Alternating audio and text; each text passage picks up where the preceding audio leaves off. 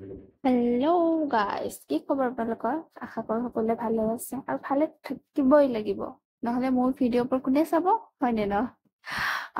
বাৰু যেই নহওক, আজি আকৌ আহিছোঁ আপোনালোকৰ মাজলৈ এটা নতুন ভিডিঅ' লৈ। শ্বৰ্ট ভিডিঅ', মোৰ বহুত লং ভিডিঅ' খুব কমেই বনোৱা যায়, মানে বনোৱাই নাযায়, শ্বৰ্ট ভিডিঅ'ই হৈ থাকে মোৰ, নাজানো কিয় বা।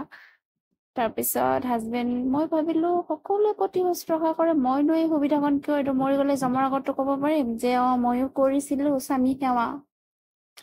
সেই ভাবি ময়ো আজি স্বামী শুশ্ৰূষাত লাগি গ'লোঁ আৰু তেওঁক দুটা অপশ্যন দিলোঁ, মেংগ' শ্বেক আৰু বেনানা শ্বেক। তেওঁক চুজ কৰিলে মেংগ' শ্বেক, আৰু মেংগ' শ্বেক বনোৱাৰ কাৰণে মই আৰু একদম সা-সঁজুলি একদম যোগাৰ কৰি লৈছোঁ আৰু মই একদম চিম্পুল মেথড ইউজ কৰিছোঁ।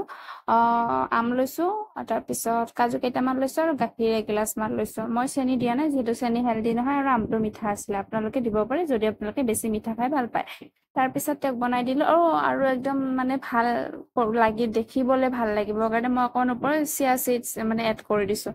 তাৰপিছত তেওঁ খাই ভাবিলে, বা মোৰ পত্নীয়ে যে মোক ইমান শুশ্ৰূষা কৰিছে, গতিকে তেওঁ মোক ৰিটাৰ্ণ গিফ্ট দিলে কি, তেওঁ মোক মাংস বনাই খোৱালে আজি, মানে ৰাতিৰ ডিনাৰ সাজ তেওঁৰ হাতেৰে খালোঁ মই আজি। তাৰপিছত তেওঁ বনাব গ'ল আৰু মই মনে মনে ক্লিপ কেইটামান ল'লোঁ, আৰু কাৰণ আধা গম পাইছে আধা গম পোৱা নাই, মানে মই কৈছোঁ যে মই এনেই লৈ আছোঁ ৰ'বাচোন চাওঁ কেনেকুৱানো দেখি, চবে ভিডিঅ' বনাই। তাৰপিছত মই ভাবিলোঁ মইনো কিয় পিছ পৰি থাকোঁ। এতিয়াও একদম এই ভিডিঅ' চিডিঅ'ৰ ঝামেলাবোৰ একদম বেয়া পায়, মোক কৈয়ে থাকে পঢ়া শুনা বাদ দি তুমি এইবাৰ ইউটিউবাৰ হ'বা নেকি? কিন্তু নহয়, চবেই দিয়ে আৰু ময়ো ভাবিছোঁ যে মোৰো মমেণ্ট কিছুমান কেপচাৰ কৰি থৈ দিওঁ, তাতনো কি আপত্তি, হয়নে নাই কওকচোন?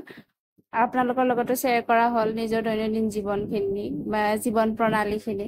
তাৰপিছত পিছফালৰ পৰাই মই সেইকাৰণে বেছি শ্বৰ্ট মানে লৈছোঁ, চাব পাৰে আপোনালোকে। তাৰপিছত তেওঁ বনাইছে আৰু একদম একদম মানে কি ক'ম আৰু, ইমান টেষ্টি হৈছে, ইমান টেষ্টি হৈছে, মই জীৱনতো খাই পোৱা নাছিলোঁ এনেকুৱা মাংস। সঁচাই কিন্তু মানে মহিলাসকলৰ হাততকে পুৰুষসকলৰ হাতত সঁচাই যাদু আছে, আৰু যেতিয়া সেইখিনি মৰম আৰু আগ্ৰহেৰে বনোৱা যায় তেতিয়া আৰু বেছি ধুনীয়া লাগে।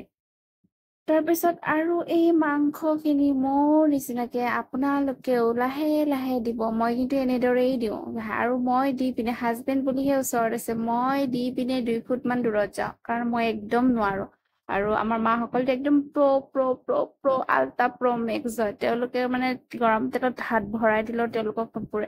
মোৰ কিন্তু অৱস্থা বেয়া হৈ যায়, আৰু মাংসৰ কথাটো একদম মানে সুকীয়া, মাংসটো তেলত দিয়াৰ লগে লগে ফুটি চিটিকি আহে ন পানীটো। তাৰপিছত এনেকে মানে টেষ্টি বনাইছে, আৰু মই মাজতে এটা বাতি লৈ ৰখিয়ে আছোঁ বোলো ভাজা মাংস টেষ্ট কৰিম, আপোনালোকে কৰেনে জনাব। আৰু একদম শেষত সজোৱাৰ দায়িত্বটো কিন্তু মোৰ, মই একদম ধুনীয়াকে সজালোঁ, আৰু ভিডিঅ'টো চোৱাৰ কাৰণে ধন্যবাদ।